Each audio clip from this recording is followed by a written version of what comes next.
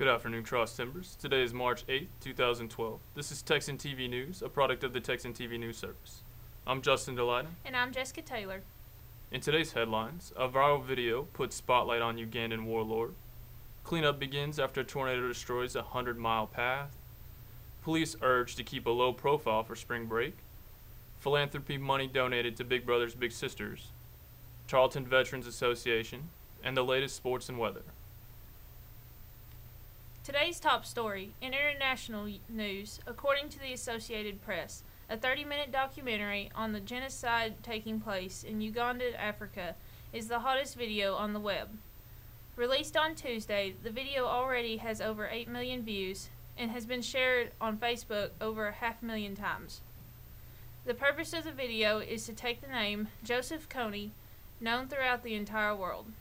Kony leads the Lord's Resistance Army and is known for the abduction of children and training them to kill. Over the past years, it is said that he has kidnapped over 30,000 children.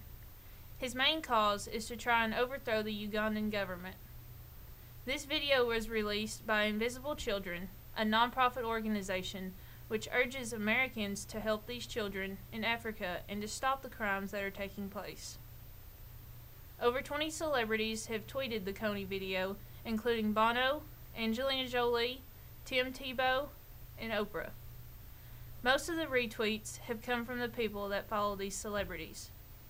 Invisible Children released this documentary in an effort to vastly increase awareness about a jungle militia leader who is wanted for atrocities by the International Criminal Court and is being hunted by 100 U.S. Special Forces advisors and local troops in 4 Central African countries.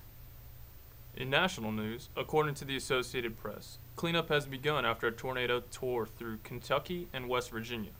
The twister was grounded for 95 miles. 2 other twisters left behind trails of 49 miles as they tore through Indiana and Kentucky as well. The twisters reached maximum wind speed up to 175 miles an hour. A school bus was hurtled into a restaurant, houses and neighborhoods were left to look like a war zone, and dozens were found dead.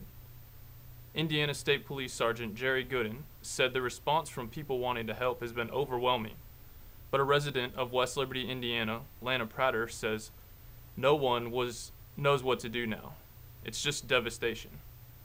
The American Red Cross is one of the organizations providing much of the aid in the areas. However, Gooden said, "Right now we don't need any more volunteers. We feel that there will be no need for volunteers later on as this cleanup continues." In state news, according to the Dallas Morning News, locking down your Facebook and Twitter may be as important as locking your front door this spring break. Police say that posting plans for vacation and pictures on these sites is an open invitation to burglars that are surfing the web.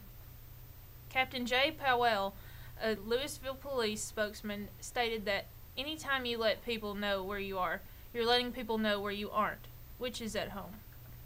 Even if your pages are set to private, burglars may even be able to just simply Google search information and discover through social media networks that you aren't at home. Because privacy settings are constantly changing, it's nearly impossible to be sure that your friends are the only people that can view your page. Some ways of protecting your home include having someone watch your home and pick up your mail and newspapers, ask someone to park cars in your driveway to make it appear that you're home, checking with local police about any vacation watch programs they might offer, and even something as simple as taking your vacation away from social media. In regional news, according to the Stephenville Empire Tribune, the Sigma Chi fraternity at Tarleton State donated $2,500 to Big Brothers Big Sisters of Stephenville. In addition, the organization donated more than $2,000 to both the Children's Miracle Network and the Huntsman Cancer Institute. Big Brothers Big Sisters is a mentoring organization where a child is paired with a role model, which then they meet with once a month. One-on-one relationship develops trust and friendship for the children and gives them a future of unlimited potential. A study was done with this organization over the course of 18 months. The studies found that children paired with big brothers or big sisters are 46% less likely to begin using illegal drugs, and 52% less likely to skip school. This study also found that these children felt more confident with the schoolwork and became closer with their families. In campus news, the Tarleton Veterans Association, a nationally recognized chapter of the Student Veterans of America, is in its first full active semester on campus. The association's goal is to ensure that all veterans achieve their higher education goals.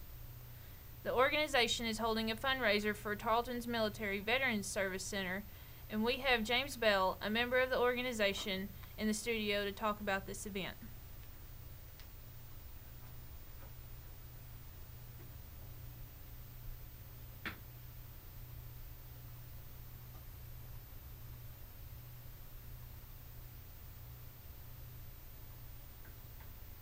Alright, so Tarleton has always been a very military-focused university, and here we have James Bell, the president of the Tarleton Veterans Association, to talk a little bit about this organization. So, can you just tell us a little bit about what the Tarleton Veterans Association does and what you represent? I sure can, Matt. We are a newly chartered organization here on campus. This is our first full semester. Basically, our goal is to get all veterans their education. You know, we're going to help them succeed in their higher education goals. We do that through advocacy, moral support. You know, a lot of these veterans, they're not your traditional students, so they, you know, in turn may not have the traditional social outlets that most college students do, and so we try to provide that as well. Okay. Talk a little bit about your fundraisers. What are you actually doing for your fundraisers? Well, we've got a few fundraisers going on right now. Our first fundraiser is these star-shaped flag lapel pins. The funds from these, they're $5 a piece. The funds from these benefit the Tarleton Military Veterans Services Center, and what that is our kind of our parent organization. It's headed by Dr. James Verdalis, the head of the Criminal Justice Department, and Elizabeth Johnson is our coordinator. If you want one of these lapel pins, you can go to the Tarleton Center in room 121 or call our office at 968-1805. The funds from this, like I said, benefit the Military Veterans Services Center. They're our parent organization. They're our sponsors. That's how our student organization was able to start up from nothing.